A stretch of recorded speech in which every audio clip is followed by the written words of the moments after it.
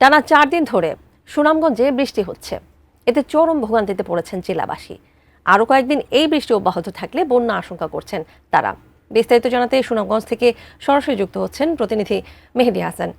মেহেদী হাসান, 4 দিন ধরে বৃষ্টি হচ্ছে, আবহাওয়া অফিস কি বলছে? বৃষ্টি কি অব্যাহত থাকবে? তাহলে তো আসলে বন্যার আশঙ্কা করা হচ্ছে, একটু জানাবেন আসলে আমাদের বিস্তারিত। তানিয়া, দেখুন, সুনামগঞ্জের এই হাওরের জেলার মানুষজন আসলে বৃষ্টিপাত হলেই আতঙ্কে থাকেন। যে কোনো সময় বন্যার পরিস্থিতি তৈরি হতে পারে এবং গত 4 দিন ধরে কিন্তু সুনামগঞ্জে থেমে থেমে টানা বৃষ্টিপাত হচ্ছে এবং পানি উন্নয়ন বোর্ড বলছে আগামী 3 দিন এভাবে আরো বৃষ্টিপাত হতে পারে।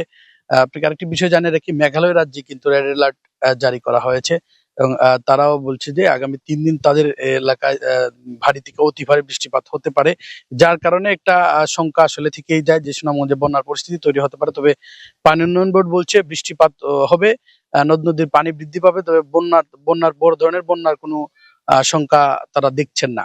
আমরা কথা বলেছিলাম যে পানি উন্নয়ন বোর্ডের নির্বাহী প্রকৌশলীর সাথে, তিনি আমাদেরকে জানিয়েছেন সুনামগঞ্জে গত 24 ঘন্টায় 18 মিলিমিটার বৃষ্টিপাত হয়েছে এবং সুনামগঞ্জের যে সবকটি নদীর পানি, যে যে নদীগুলো আছে সেই নদীগুলোর পানি কিন্তু বৃদ্ধি পাচ্ছে। বিশেষ করে সুরমা নদীর পানি কিন্তু গত 24 ঘন্টায় 13 সেন্টিমিটার বৃদ্ধি পেয়েছে, অর্থাৎ বর্তমানে সুনামগঞ্জের সুরমা নদীর পানি 146 সেন্টিমিটার নিচ দিয়ে প্রবাহিত হচ্ছে।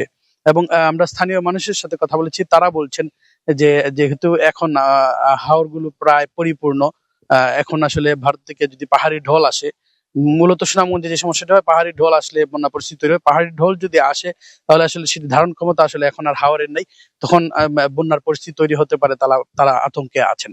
তো এই ছিল আমার কাছে সুনামগঞ্জ থেকে এই সুনামগঞ্জের বৃষ্টিপাতের সর্বশেষ তথ্য। তানিয়া।